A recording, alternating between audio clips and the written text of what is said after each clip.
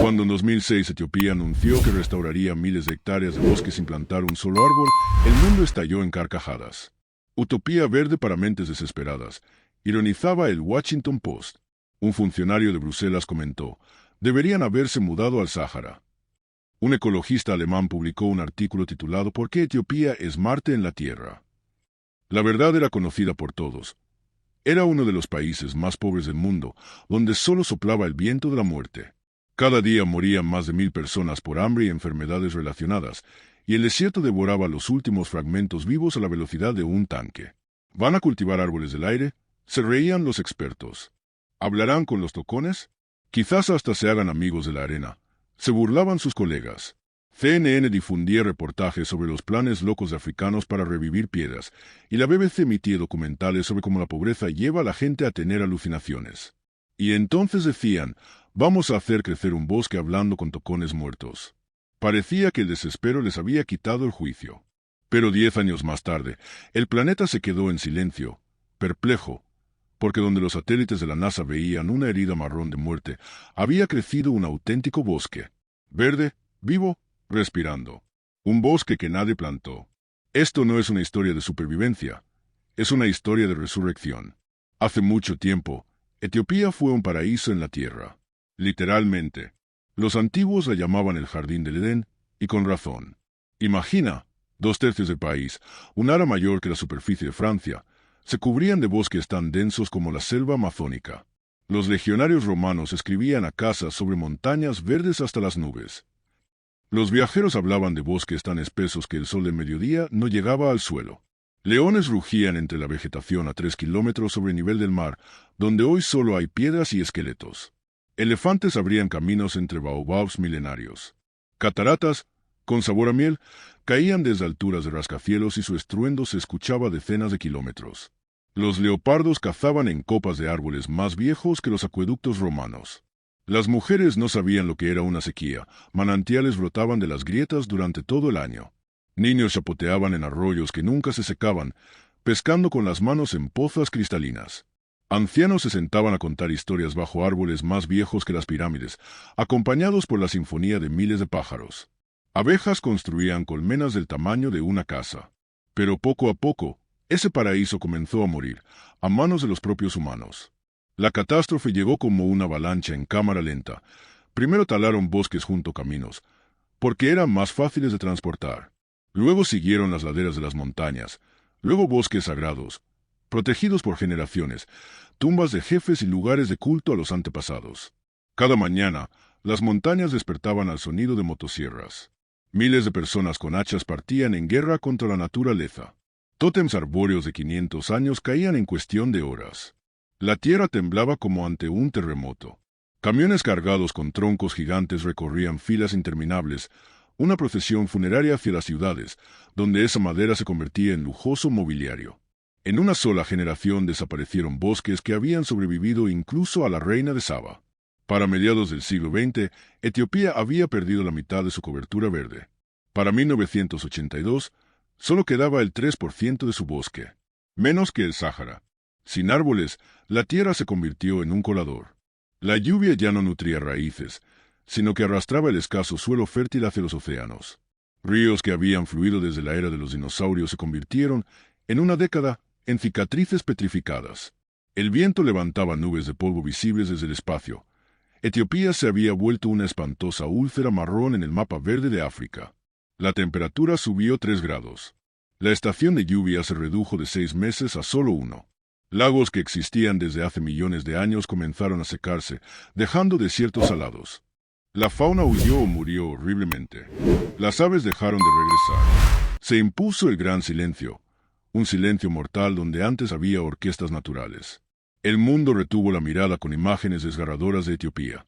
En los años 80, niños esqueléticos con ojos enormes como platillos, reflejando sol vacío.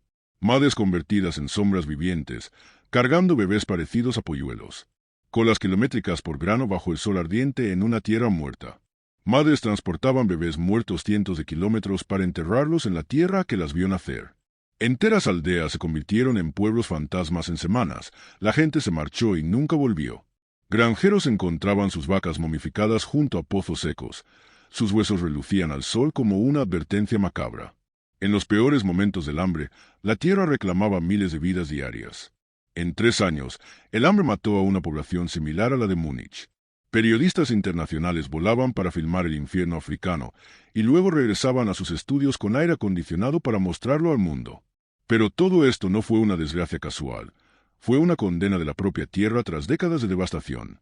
La tala sin control convirtió el país en un paisaje lunar. Etiopía estaba perdiendo 1.000 millones de toneladas de suelo fértil al año, más que el peso de todos los Países Bajos. El viento lo dispersó por el planeta, desde la Amazonía hasta los glaciares de la Antártida, como polvo de un paraíso vegetal extinguido. El equilibrio frágil de los ecosistemas se derrumbó como un castillo de naipes. La lluvia dejó de caer donde lo había hecho por milenios. Arroyos se abrieron como grietas abiertas en el suelo. La cosecha se marchitaba, sin poder madurar.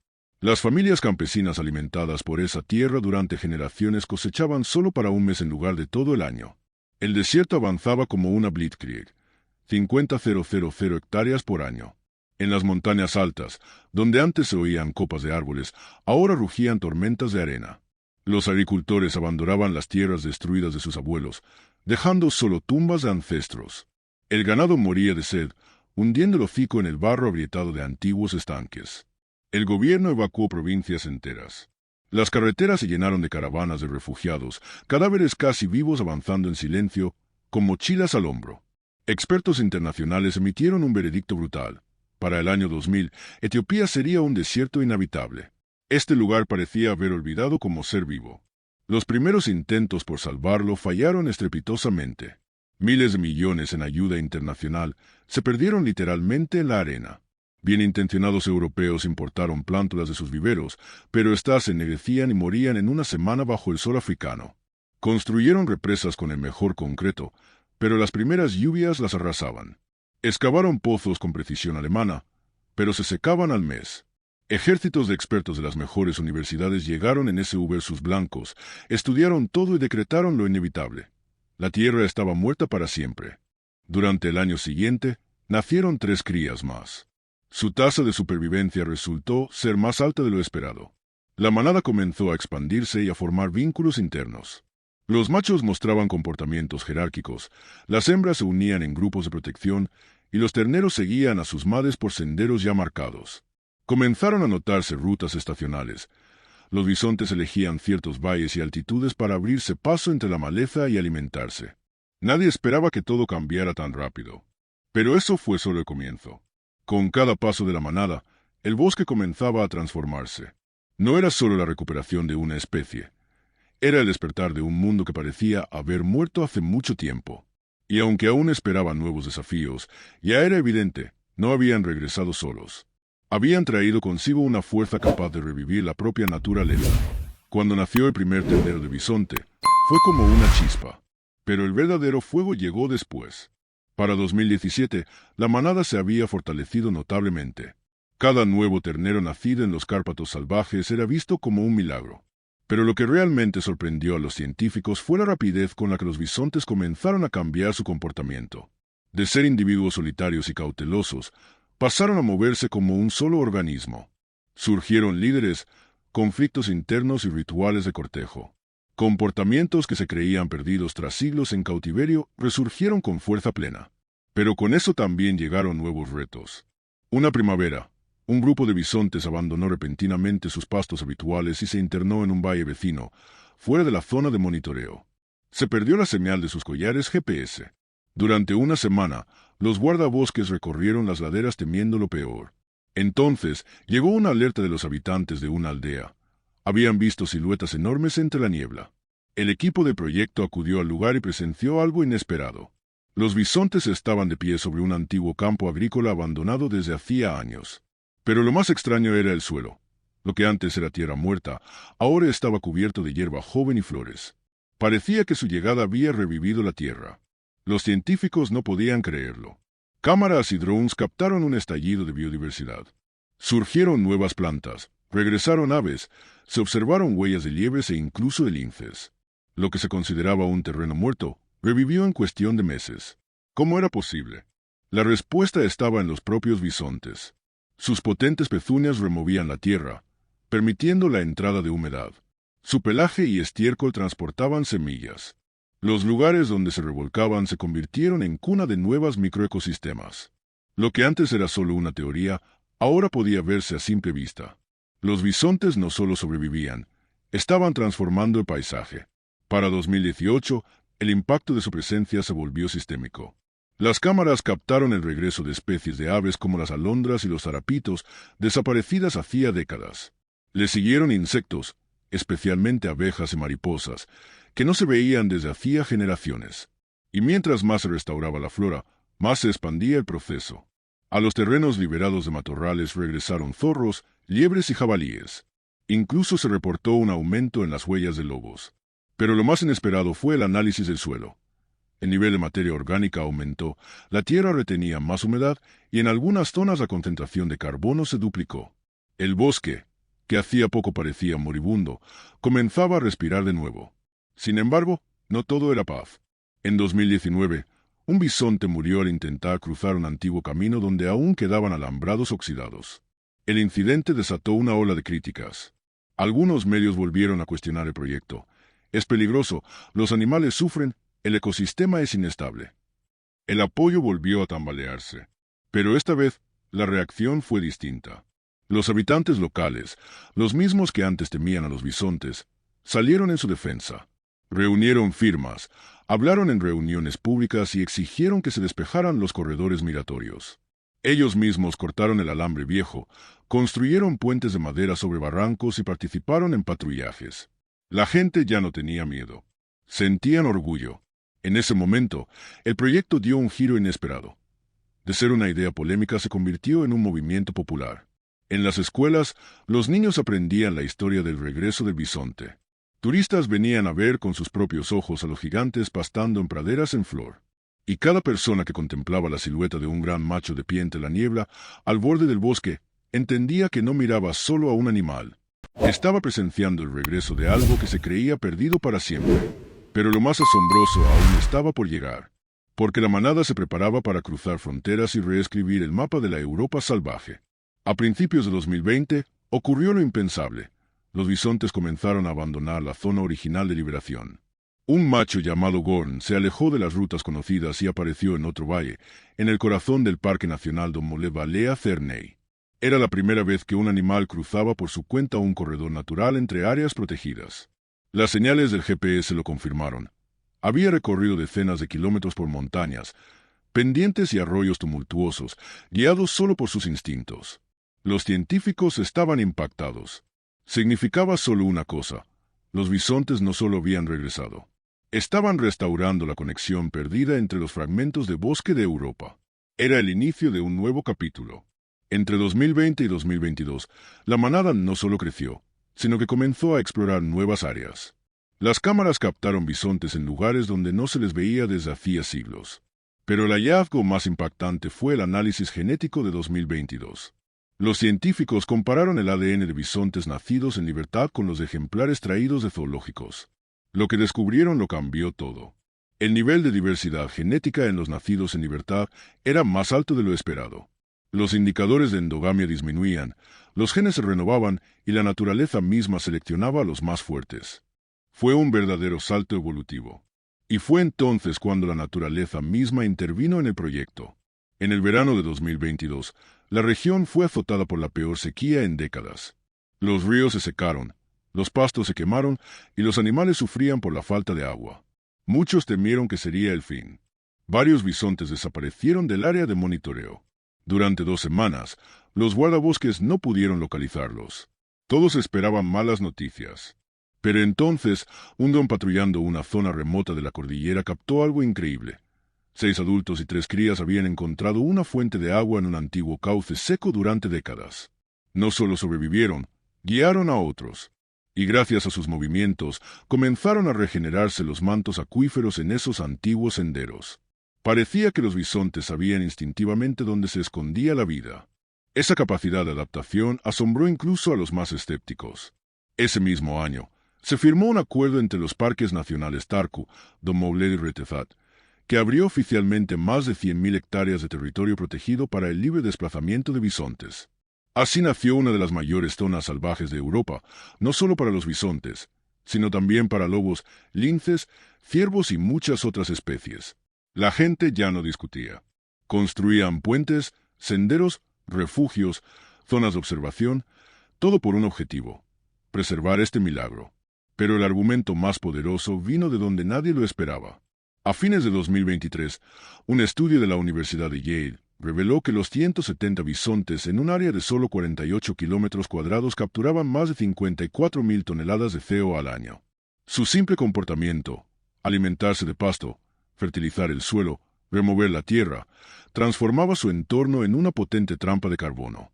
Eso equivale a las emisiones de 43.000 automóviles al año. Lo que alguna vez fue símbolo del pasado, ahora estaba salvando el futuro. Y lo más conmovedor fue cómo cambiaron las personas. En los pueblos donde antes veían a los bisontes como una amenaza, ahora celebraban festivales en su honor. Los niños los dibujaban en las paredes de las escuelas. Los abuelos contaban a sus nietos cómo, una mañana con niebla, vieron la silueta de un animal que nadie esperaba volver a ver. Lo que comenzó como un experimento polémico se convirtió en un renacimiento cultural y espiritual. Pero eso no fue el final, porque en 2024 los bisontes estaban a punto de lograr lo imposible: convertirse en la mayor manada salvaje de Europa. Y ese cambio traería la transformación más grande de todas. A principios de 2024, lo que 10 años atrás parecía una locura se convirtió en el mayor proyecto de restauración de vida silvestre del continente. Los Cárpatos del Sur eran hogar de más de 210 bisontes, y la mitad ya había nacido en completa libertad. Estos animales no conocían jaulas, ni humanos tras rejas. Vivían, se desplazaban y se reproducían como sus antepasados lo hicieron siglos atrás. Y entonces ocurrió algo inesperado. Las cámaras captaron a la manada cruzando un antiguo paso de montaña donde no se veían bisontes hacía más de 300 años. Al otro lado, tierras abandonadas, consideradas estériles incluso para los ciervos. Y hacia allí se dirigían. Los científicos acudieron al lugar y quedaron impactados. Los bisontes no solo exploraban nuevos territorios, parecían buscar, de forma casi intuitiva, ecosistemas perdidos para restaurarlos. La tierra, que antes se creía infértil, estaba cubierta de hierba suave en solo meses.